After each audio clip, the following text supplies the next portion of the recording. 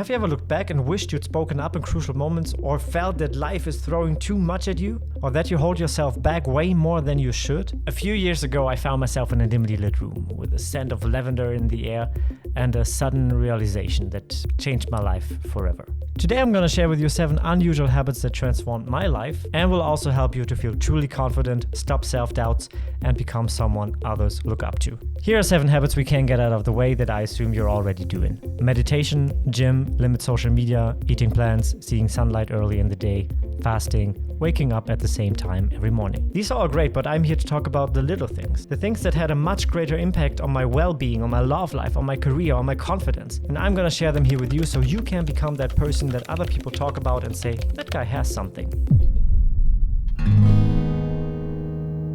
Sounded okayish, right? That's because the guitar is tuned and functions properly. The first time I giggled a bit when I heard the names of the guitar because it's basically the names of the body. It has a head, it has a neck, and it has a body. The same as the guitar has these parts and needs tuning, we need tuning. Sorry for this bad transition. These guys were my constant companions over the years. I always had muscle knots everywhere. I was always so tense because I was always working sitting and I always sat like a shrimp. So every 20 minutes I was rolling on the floor pressing this stuff in my back, and I thought this was normal. But then some time ago I decided to go to a massage. I actually was recovering from a breakup and I felt down and sad and, breakups. And I knew that touch produces oxytocin in the body. One of the 5 or 6 happy hormones the body produces and the one responsible for these kind of traumas. It's also called the hug drug because it's released when we are in love, when we kiss, when we have sex, and when we hug. But I also found that massages made me more lighthearted, helped my shrimp posture, and made me happier in general, because a massage releases a bunch of more hormones in the body. Some studies show that a massage can increase your serotonin and dopamine level up to 30% in your body. I have no idea what that means, but a massage makes you flippin' happy. I go now every second week and it's relaxing and it's recharging my batteries, and of course it's sometimes painful, shout out to Vivi, but I feel more tuned and more confident because my posture is way better.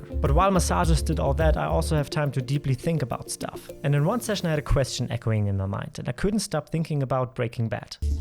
There was a scene where Jesse talked about building a wooden box. His woodworking teacher gave him the task to build this wooden box. But Jesse was not that interested in that class and tried to get it done fast so he could hang out with his boys. So he finished the box, but he did only the bare minimum and presented it to the teacher. But when the teacher looked at it, he asked Jesse, "Is that the best you can do?" And this kept Jesse thinking. It was the way the teacher asked that. It was not that the box sucked or that he is a failure or that he need to work harder. He simply asked honestly, "Is that all you got?" And Jesse said, "Nah, man, I can do better." This question is so amazing because the answer to the question can also be an honest no. And since then I like to ask this to myself. I apply this to the stuff I create and to my behaviors towards others. This question alone made me a better human. But pair this with another habit and its power multiplies. And it really turns you into an unstoppable force that shapes its own reality. But more on that later.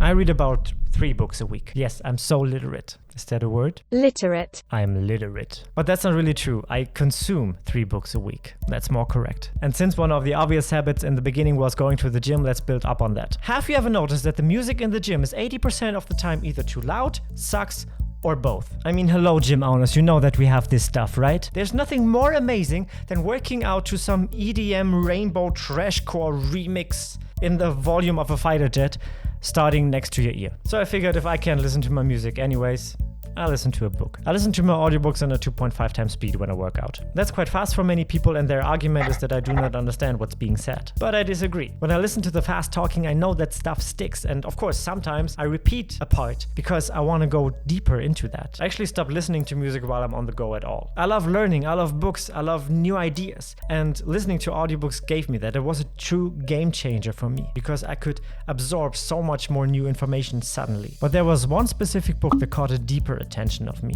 because it maximized this effect. And it showed me that music sometimes can turn your mind against yourself, like a weapon you use against yourself. And then we should not be surprised that because we listen to a lot of music, we do not get the results in life we wish to have. And what this book taught me, more on that in a second. Habit number 4, I guess. Your life is a sitcom. Isn't it funny that sometimes, somehow, some people just appear in your life and then they stick around for a while and then one day you will never see them again? We had this one guy in our group that some of my friends were friends with. He was always around at parties and we talked to each other sometimes and we greeted each other at a distance when we coincidentally met somewhere. Stuff like this, normal dude. And I never knew where he suddenly came from, but he was always around. And then someday, not anymore. I mean, he still exists, and I still have him as my Facebook friends, and he sometimes posts stories, so I assume he's a real person and not a robot spy from Mars.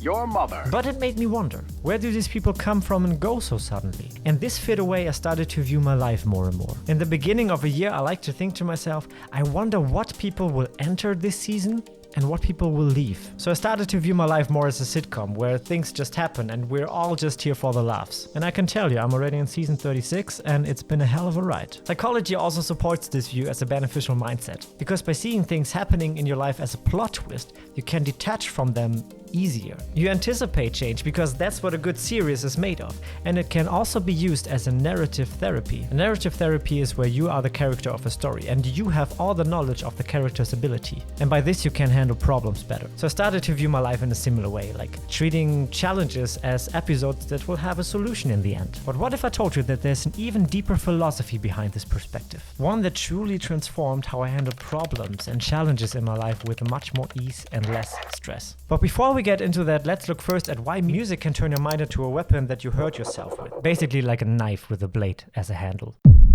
I recently showed my girlfriend The Boys, and Jeebus, they swear a lot. On page 375, it says Jeebus. And I noticed that after binging 3 seasons, swearing snuck into my normal talking. You probably think, no, that's totally normal because everyone swears and that's how we talk to each other. But no, this is a huge deal. I normally don't swear, and words have meaning. Words can be used as a tool or as a weapon. There's actually a book I recommend here. It's called Conscious Language. Anyways, in this book, the author talks about how language affects your thinking. And your thinking affects your mood. And your mood affects your behavior. And your behavior creates your reality and your outcome. I notice when I curse that I'm usually more aggressive and that I judge people easier. And I'm more impatient, and that leads more to situations where I can curse more.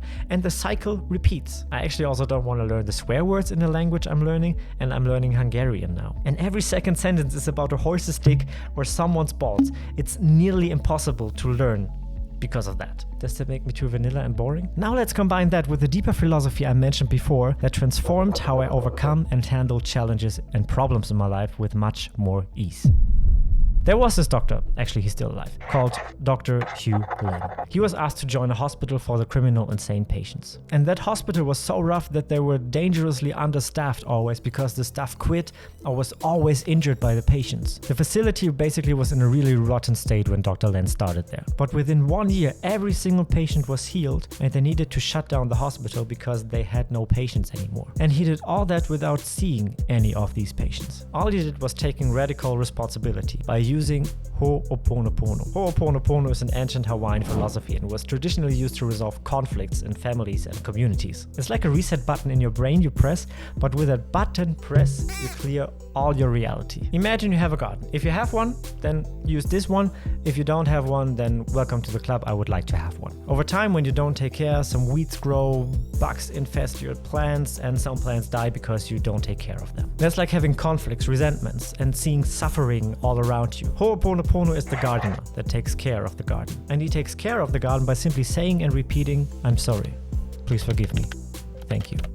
I love you." He takes care of the garden by acknowledging the issues, what's to be done, by pulling out the weeds, by watering the plants, that's expressing gratitude, and by sharing love, that's basically nurturing the soil. Over time, and if you do that often enough, your reality, your garden looks way more loving and beautiful. So Dr. Lynn took one patient's file and repeated the prayer continuously, until one patient after the other was cured. Ho'oponopono is radical responsibility, and that means that everything that exists in your life, that you are aware of in your life, that you see, feel, and hear, is part of your reality and part of your life. And by taking radical responsibility, it's your responsibility to heal that part of your reality. I know lots of you will dismiss it as woo-woo, pseudoscience, or hearsay or whatnot. But I ask you in return, what is the worst thing that can happen if you apply the Ho'oponopono prayer in your life? I tell you what the worst thing is. You feel better, you worry less, and you have much less ego. That is the other habit I talked about earlier that turns you into an unstoppable force. A force that shapes its own reality.